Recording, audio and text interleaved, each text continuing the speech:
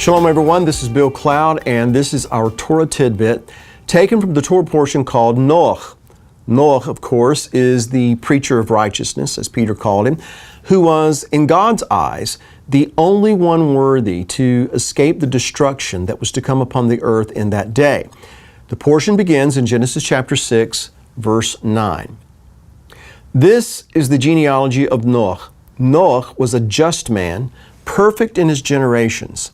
Noach walked with God. And then he goes on down to verse 11 and says, the earth also was corrupt before God, and the earth was filled with violence. So God looked upon the earth, and indeed it was corrupt, for all flesh had corrupted their way on the earth. And so I know that everyone's familiar with this story, but what we see is because of the wickedness of mankind, precipitated by the mixing and the mingling of what was holy with what was profane, evidenced by the fact that the sons of God took wives of the daughters of men, God determined to blot out all the inhabitants of the earth, including beast and fowl. Because mankind had corrupted his way, the earth also became corrupt. In other words, man's actions and his disobedience somehow or the other had a direct influence upon the ground upon which he walked. His corruption affected the animal kingdom as well, apparently. And as a result of his disobedience and wickedness, the earth was filled with violence. And by the way, in Hebrew, that word is Hamas. Now, it's believed that long before Noach, righteous men understood that the Creator was committed to bringing the evil that had been prevalent in their world to an end, to judge it. In fact, the historian Josephus recorded that Adam had predicted the destruction of the world by a flood of waters and by fire. Perhaps this knowledge and the fact that the ground had already been cursed by God with the fall of Adam, maybe that explains why Noach's father, Lamech, decided to name him Noach, indicating that he would bring rest or comfort, because that's the actual meaning of his name. Now, here's another interesting thing to consider, though it has very little to do with our main point today. The genealogical record in Genesis chapter 5 seems to indicate that Noach was born in what would have been the year 1056, that is, counting from Adam. But for a lot of reasons, I believe there's a possibility that he may have been born in the year 1058. And here's why I'm even bringing this up. Because written in Hebrew, that year 1058 is, from right to left, Aleph, Nun, Chet. And if you look at this from right to left, you see that the last two letters in this Hebrew rendering of 1058 is actually the spelling for the name Noach. Now, I'm bringing this out only to underscore the notion that Noach was a man of destiny, someone that the Creator had appointed to be an instrument of witness and salvation and responsibility. Underscoring that point is the rabbinical belief, and I want to repeat this, the rabbinical belief that the floodwaters were Noach's responsibility. The floodwaters are, in fact, called the waters of Noach in Isaiah 54. And it's therefore claimed by some apocryphal works that Noah had been content to protect his own righteousness by distancing himself from everybody else, insinuating that had he fulfilled his responsibility to that generation fully, the flood might not have happened. Now, while I don't necessarily agree that the flood is Noah's fault, it's mankind's fault, I do find merit in the argument that God's people are responsible for some of the events that come upon the earth, even some of the catastrophic, I'll get it out in a minute, catastrophic events. And I do believe that God's people are the emphasis of God's Word, and I do believe that there are some of God's people who would be quite content to distance themselves from the rest of culture entirely, claiming this would be how we set ourselves apart, and then leave the culture to ultimate destruction. There are some of God's people who think that this world deserves what it gets. However, taking this position in regard to the world flies in the face of everything Yeshua instructed us as it relates to being a light and as it relates to being His witnesses. Now, unfortunately, Noah's generation was exceptionally wicked, very evil.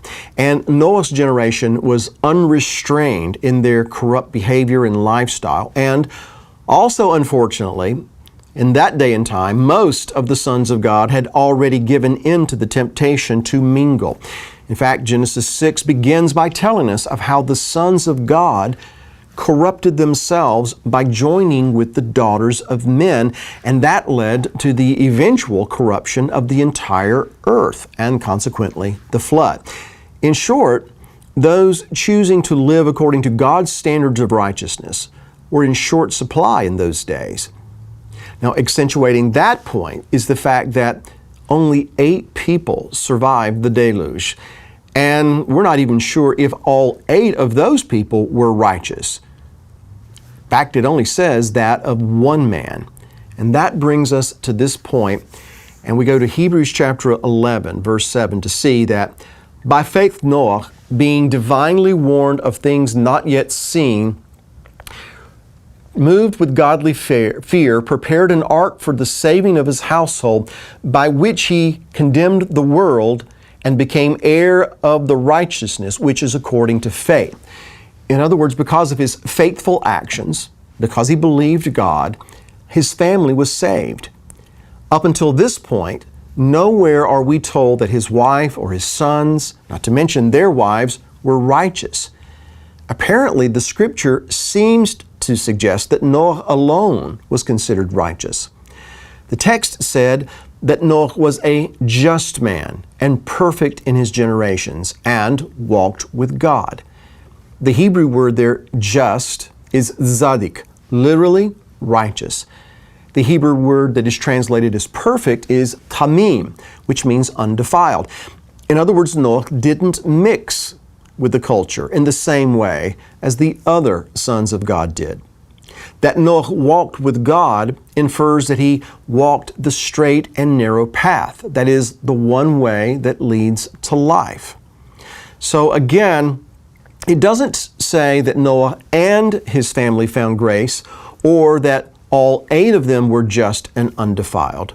To the contrary, it seems to say that his family was spared because of his righteousness.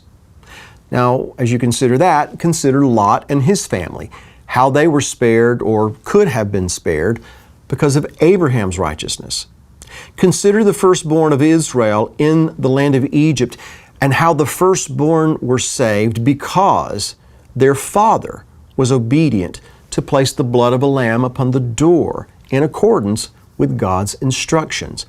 Now, I'm bringing all this out because I want you to consider this exchange between Paul and Silas and the Philippian jailer in Acts chapter 16. And he brought them out and said, "Sirs, what must I do to be saved?" And so they said, "Believe on the Lord Yeshua the Messiah, and you will be saved." And we want to underscore and emphasize this, you and your household. And so that verse seems to validate the perception that I have, and perhaps you, that when God finds one who is righteous and faithful, like Noah, their entire family can be saved. And so the story of Noah, and others as well, demonstrates the ripple effect of our disobedience, think of the sons of God in Genesis 6 here, and God's faithfulness to us and to our family when we are obedient. So when it says in Genesis 6 verse 9 that these are the generations of Noah, the Hebrew term that is translated generations can also mean offspring or even history. In other words, even though we know that Noah had 3 sons, Shem, Ham, and Japheth, the greatest offspring any man could have is the spiritual fruit he bears. That is the result of his faith and his action. In Noah's actions, mirrored in his 3 sons, we see good and bad, the best and the worst. However, the lingering fruit of Noah's life and his actions is that a people were saved in the midst of destruction. Because Noah feared God and walked with God, instead of mingling with the culture, his entire household was saved. Now, that's important, but we could also say that his greatest testimony is to those generations of people who followed. That is, people he never knew. Or let's put it this way. How many of us living today are thankful for Noah's obedience? The answer should be all of us. If we're breathing, it's an indirect result of Noah's walk with God. Now, considering that he was a preacher of righteousness, if we were to measure his success in terms of how many people boarded the ark, we'd have to say that he was a miserable failure, at least in the way that modern church culture measures success. But if we consider the long-term ramifications and that his obedience saved the world, his success knows no bounds. And that's incredibly important for us to consider. It's pretty incredible when you think about it, and that is why Noah should be considered a man of destiny. Still, to be that man of destiny, it was incumbent upon Noah to set himself apart, not isolate himself, mind you, but to live a set-apart life, even among those he lived among. And because he did that, he also serves as an example of the fact that God always has a remnant, those who have determined to follow him in spite of the pressure that's being placed upon them by the world in which they live, those who will be a preacher of righteousness, even as the ark is being prepared, so to speak. Because of his commitment to God's standards and purposes, it says of Noah that he found grace in the eyes of the Lord. From the beginning, we see that there has always been a remnant. There's always been those people, that person. God never brings judgment or destruction before having positioned that person or that people, willing to serve him to the fullest. And this is critical for you and I to internalize because Messiah warned us that the days before his coming would be like the days of Noach and the days before the flood. Perhaps then, we should take something from Noach's example.